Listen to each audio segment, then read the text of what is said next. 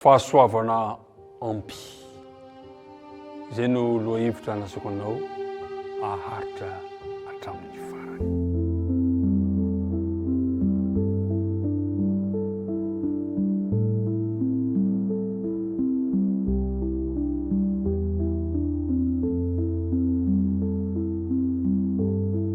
Ry mpiara-midinika namana, miaraba antsika rehetrarehetra indray tafahoana amin'ny ity androany ity. Ny fiadanan'ny tompo aminao mandrakariva ary ny fotoana takan'izao dia fotoana hitondra fitahiana anavaozantsika indray ny fiarahantsika amin'Andriamanitra. Dia ry hiaraka hivavaka isika raha nomboka izao dinika fanaovantsika izao. Tompo Andriamanitra io, Andriamanitra hatramin'ny taloha indrindra sy ho mandrakizay ianao.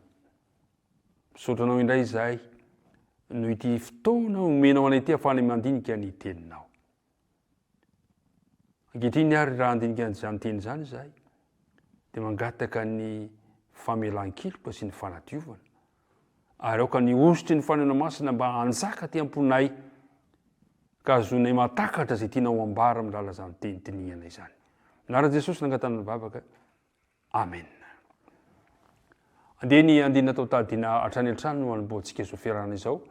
Ny jalona voalohany toko voalohany ka ny andininy fahasivy manao hoe raha miaiky ny fahotantsika isika dia mahatoky sy marina izy ka mamela ny fahotantsika sy manadio antsika ho afaka amin'ny tsy fahamarinana rehetra. Misotranao amin'ny ezaka izay ataonao. Fahasoavana ampy. Moa ve tsy mila ny fahasoavan'Andriamanitra isika? Mila an'izany. Ohatra mba mahafinaritra ny teneny ny fahasoavanao ny matoa izao aho.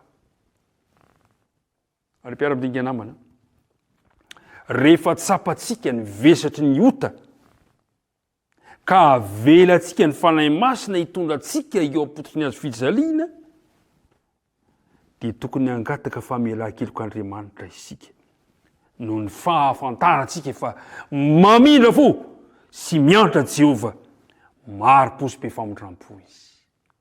Fahasoavana zany. Fahasoavana zany.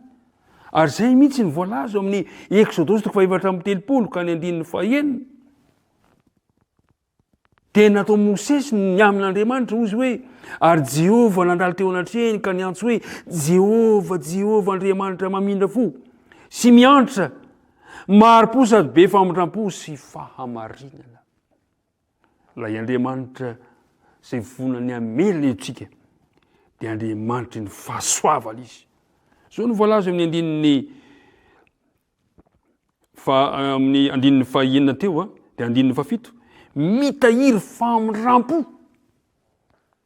Io ilay famondram-po io ilay fahasoavana omen'ny tompo ho antsika tsirairay avy. Ry mpiara-midinika namana, maty teo amin'ny azo fijaliana Jesosy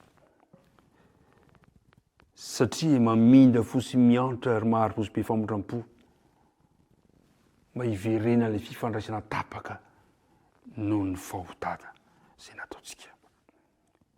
Zao nefa rehefa vonina hiaiky sy hitsotra ny fahotantsika isika, rehefa hoy isika amin'ny tompo manao hoe tompo inty aho, hoy isika manao hoe Andriamanitra aho mamondrafo ampanota, dia hitan'i Jesosy ny vesatra eo amintsika, henony ny fitarany antsika dia esoriny izany. Manasanao angehijely amin'ny filazantsarany Lioka, Lioka toko 7:10, Lioka toko 7:10 ka ny andininy 8:10.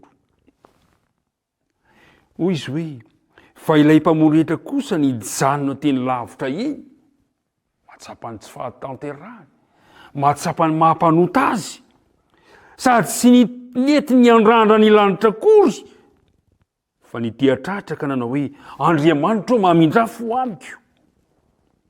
Mpanota dia hoy ny toyny amin'ny andininy 4:10.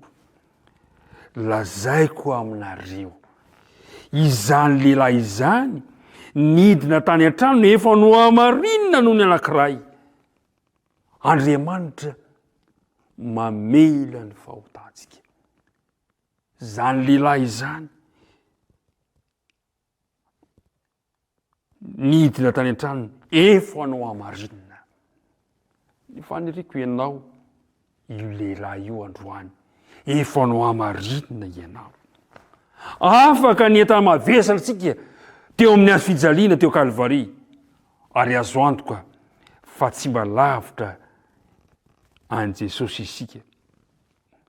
Tsy lavitra an Jesosy isika, manatona antsika izy. Izy mihitsy no mitsangana mandondona ambaravarana ao amin'ny Apokalipsy 3:9, Apokalipsy 3:9. Ka ny 9:20 dia soa afaka le teny amin'ny anaran'i Jesosy. Indro efa mitsangana eo ambaravarana ao ka mandondona.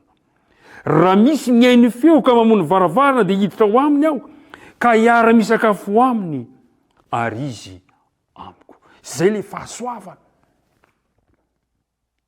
Manatona antsika Jesosy, mandondona te hiditra amin'ny fiainantsika izy. Zay le fahasoavana avy amin'Andriamanitra. Ry mpiara-midinika namana, aoko isika tsy hiala lavitra ny azo fijaliana. Aoko isika tsy hiala lavitra. Aoko isika hiazakazaka anatona an Jesosy le fahasoavana.